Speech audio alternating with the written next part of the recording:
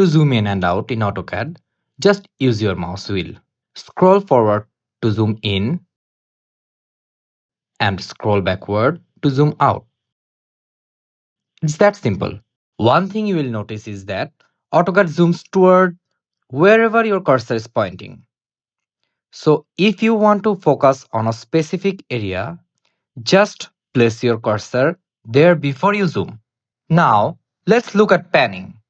Press and hold the middle mouse wheel. Then move your mouse.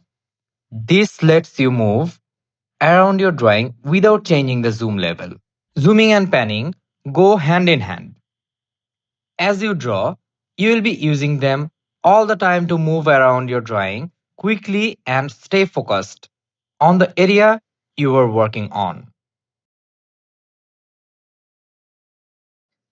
Let's zoom into the corner first. See, it zooms in exactly where we want.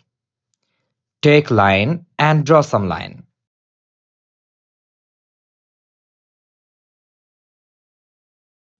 Now let's pan over here. The best workflow is to combine the zooming and panning in one smooth motion.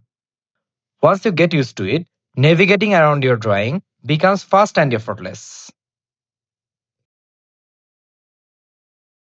If you ever lose your drawing because you have zoomed or panned too far, type Z, press enter. Type E and press enter again. This performs zoom extents and brings the entire drawing back into view. Let's try again. We lost our drawing. Type Z. Press enter. Type E and press enter again. See, it's come back. Most beginners don't realize AutoCAD has a feature that lets you enter measurements directly at your cursor. In the next video, we will explore dynamic input and see how it can speed up your drafting. Thanks for watching.